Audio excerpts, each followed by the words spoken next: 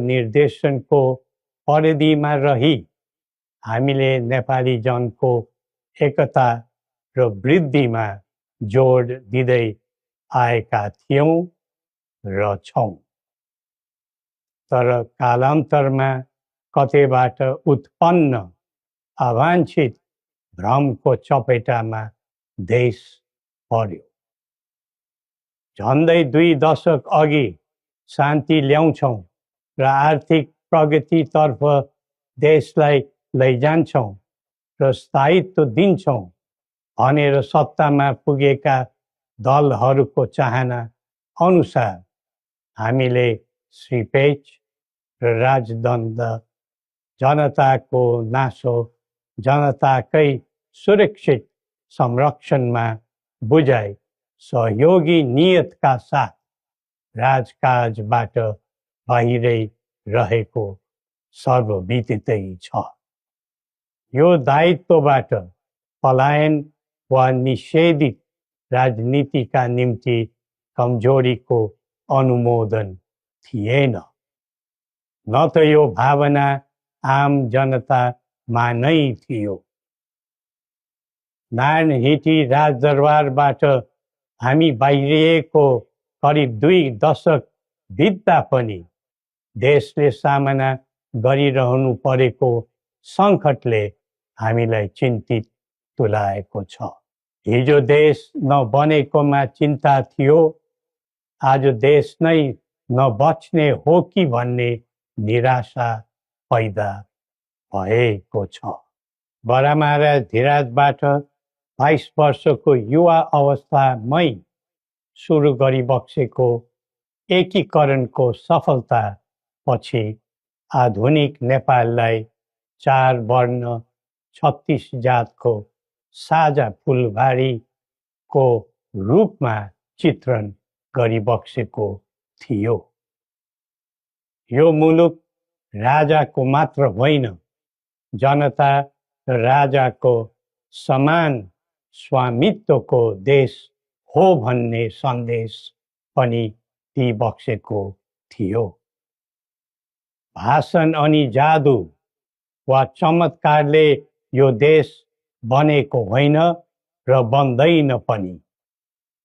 सबै जात, धर्म र क्षेत्रका नेपालीको साझा प्रतिनिधिका रूपमा काम गरेको राज संस्था जनताले सुम्पेको जिम्मेवारीबाट विमुख हुनै सक्दैन। सबै नेपालीले यो कर्तव्यबोध गरी पृथ्वी पथमा लाग्नु पर्दछ भन्ने हाम्रो धारणा र आह्वान पनि छ। नेपाली विश्वमा जहाँ रहे पनि नेपाली मूलको भन्ने नै हुन्छ। त्यसैले राष्ट्रको प्रतिष्ठासँग नेपालीको प्रतिष्ठा पनि सँगै जोडिएको हुन्छ। मुलुक स्थायी वा अस्थायी रूपले छोड्दैमा देशसँगको सम्बन्ध तोडिन सक्दैन। देशबाट जनशक्ति पलायन हुँदै जानुले देशको भविष्यबारे निराशाको सङ्केत दिइरहेको थियो। अब पुँजी र पुँजीपतिहरू तथा कर्मवीर उद्यमीहरूको समेत पलायन हुनु थालेको छ। यो क्रमलाई तत्काल निरुत्साहित र नियन्त्रण गर्न सकिएन भने मुलुक असफलताको सङ्घारमा पुग्न सक्ने सम्भावनालाई लिएर हामी आहत भएका छौँ। बडा महाराज धीराजबाट स्वदेशको पुँजी पलायनमा रोक लगाउनु पर्ने पक्षलाई महत्त्वका साथ जोड दिइबक्सी जनता सक्षम र बलिया भए मात्र देश बलियो हुन्छ भनी दिव्य उपदेशमा उल्लेख गरिबक्सेको छ। जब जब युवा पुस्ताको भावना, चाहना र आवश्यकताको सम्बोधन गरिँदैन तब असन्तोष पैदा हुन्छ, जसले विद्रोहको रूप पनि लिन सक्छ भन्ने सत्य नेतृत्वले हृदयङ्गम गर्नै पर्दछ। नेतृत्वले पटक पटक युवालाई प्रयोग मात्र गर्ने तर उनीहरूको आवश्यकता बुझेर काम नगर्ने प्रवृत्तिले युवामा असन्तोष जन्मेर देशमा जनधनको हानि भयो। जसरी भविष्यका कर्णधारहरूको ज्यान गयो त्यसले सबैलाई स्तब्ध बनाएको छ। युवाहरूमा भ्रष्टाचारप्रति असहिष्णुता र आइटी प्रतिस्पर्धामा अग्रताको जोश देखिनु उज्जवल भविष्यको सङ्केत हुन्, तर उन्नतिको गन्तव्यमा राजनीति चुक्यो भने अल्छीको सपना मात्र बन्न जान्छ। स्वचालित व्यक्तिले राष्ट्रको हित खोज्दै जान्छ, परिचालित व्यक्तिले अर्काको मित खोज्दै हिँड्छ। राष्ट्रिय सहमति बिना निकास खोज्नु समय खेर फाल्नु मात्र हो। समुन्नतिको यात्रामा सबै मिलेर अघि बढौँ।